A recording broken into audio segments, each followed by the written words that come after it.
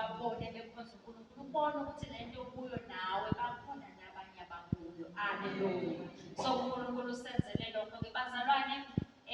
Sibe sesenza-ke inkonzo yethu yokugcina ye-6.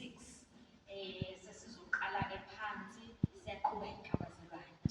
Asiyeki, siyaqhubeka nobumbano. Nizwile izinto ey'nkulu ezisazokwenzeka ubumbano lwamabandla. So-ke bazalwane, asiyeki, siyaqhubeka ngamandla ku-2026.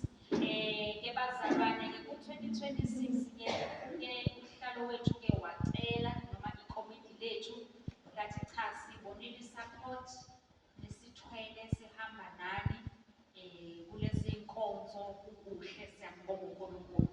So-ke bazalwane, sizoba ne-plan entsha esizoba nayo ukuze sikwazi ukulekelelana. Bazalwane, ngiyazi semabandleni ziningi izinto ezenzakalayo, idinga imali, ezinye iy'nkonzo, inkonzo namhlanje kusasa inkonzo, kuningi bazalwane ama-plans ka-2026. So-ke nathi siwubumbano singene khona lapho sizofuna isikhathi sakho, sidinge nemali yakho, sidinge amandla akho khona lapho, ukuze ningayiyeki le nkonzo, ukuze ningasho ukuthi bekho ubumbano bekade lwenzeni lona lolo. Usho selikusizile ubumbano, ukuthi udlile nje manje utshumayele mnandi ngenxa yobumbano. Kuwe belingekho ngaba kuzwa ngalezi ndaba ezimnandi kangaka ebusuku. So-ke bazalwane, sizoqala la ku-March, bekufanele ngo-March ekupheleni kwawo sizohlangana noma sizohlangana la ekhaya, siqala phansi, sasiqale ngobaba uSosekhethi. So-ke sesizoqala phansi futhi ngale ndlela sasiqale ngayo, size la ekhaya sizokwenza umnikelo khona. Kodwa-ke bazalwane, sizokwenza kanjena-ke ngonyaka ka-2026. Uthe ubaba uSosekhethi iphepha elibomvu, yabona lezalwazi iphepha elibomvu, akekho nje umuntu ozonikela ngaphansi kwephepha elibomvu. Siyavumelana ngithi?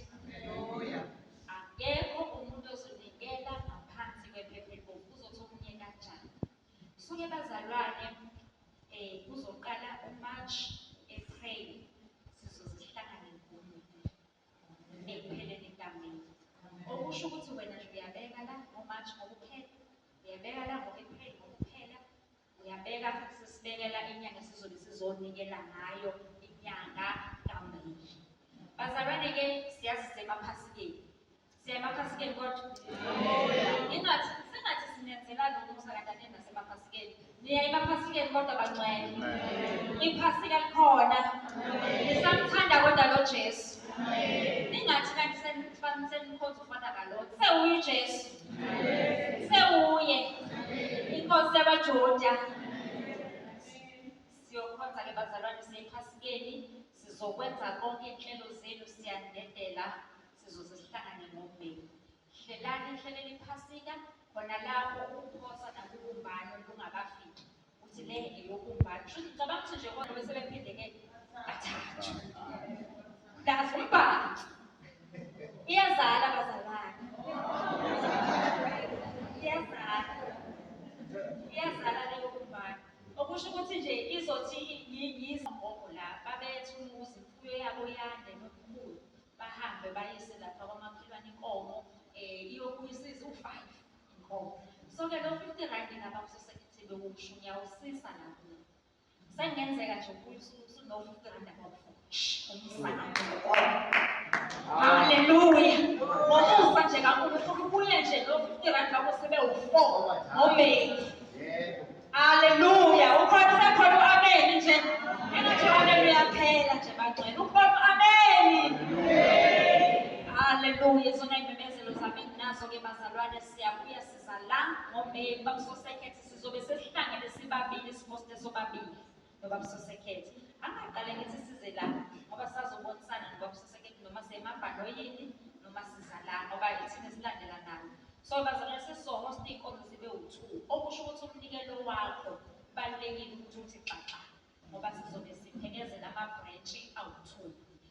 Ingane sifuna ukunikeza isikhathi lokhu eseqisa inyanga, nikwazi ukuba nesikhathi sokuphefumula imoto bazalwane, ukugibela kuningi, siyacabangela ngithi bazalwane. Bengeke sishayele izandla nje kodwa